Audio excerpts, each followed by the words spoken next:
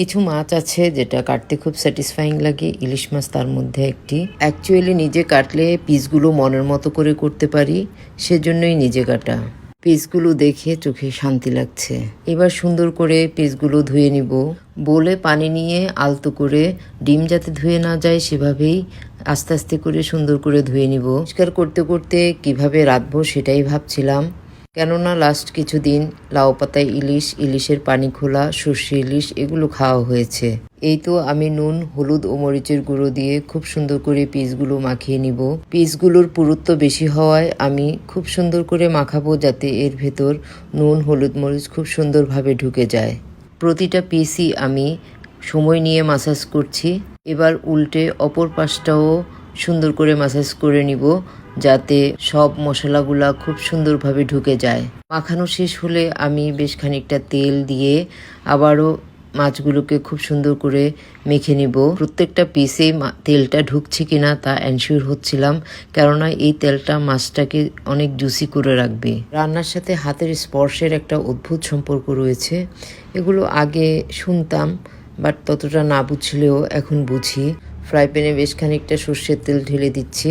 কিছু পেঁয়াজও রিংয়ের মতো করে কেটে ভেজে নিচ্ছি। হ্যাঁ, আজকে সিম্পল ইলিশ ফ্রাই করব। ফ্রাই করারও আসলে কিছু টেকনিক থাকে যেগুলো সময়ের সাথে সাথে প্র্যাকটিস করতে করতে জানা হয়ে যায়। সম্পূর্ণ মাস্টার্ড অয়েল ইউজ করাতে আমি বেশ পেরা খাচ্ছিলাম। তেলটাতে বেশ বাবলস হওয়াতে মরিচ ও পেঁয়াজের দিকে খুব বেশি খেয়াল রাখতে হচ্ছিল যাতে পুড়ে না যায়। ইলিশ মাছে আমি কখনো অন্য স্পাইসেস ইউজ করি না, কেননা ইলিশের নিজস্ব একটা স্মেল আছে। অন্য কোনো স্পাইসেস ইউজ করলে আমার মনে হয় এর আসল স্বাদটা নষ্ট হয়ে যায়। এই তো শুকনা মরিচ ও বেরেস্তাগুলো ভাজা হয়ে গিয়েছে এবং আমি তা প্লেটে তুলে নিচ্ছি।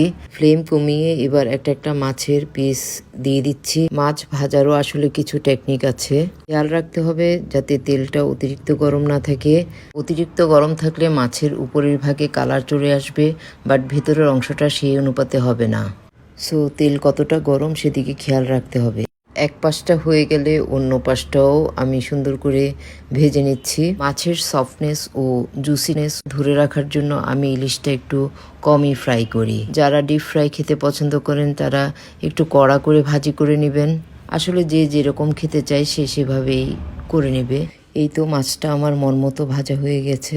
সম্পূর্ণ তেল না নিংড়ে আমি কিছুটা তেল সহই মাছের পিসগুলো প্লেটে উঠিয়ে নিলাম। ইলিশের এই তেলটা কিন্তু গরম ভাতের সাথে খেতে দারুণ লাগে। মরিচ ভাজা বেরেস্তা তেল সহ ইলিশের কিছু অংশ গরম ভাতে মেখে খেতে আসলে অসাধারণ লাগে। নেক্সট ইলিশের নতুন কোনো রেসিপি নিয়ে আসবো ইনশাল্লাহ। সে পর্যন্ত আল্লাহ হাফিজ।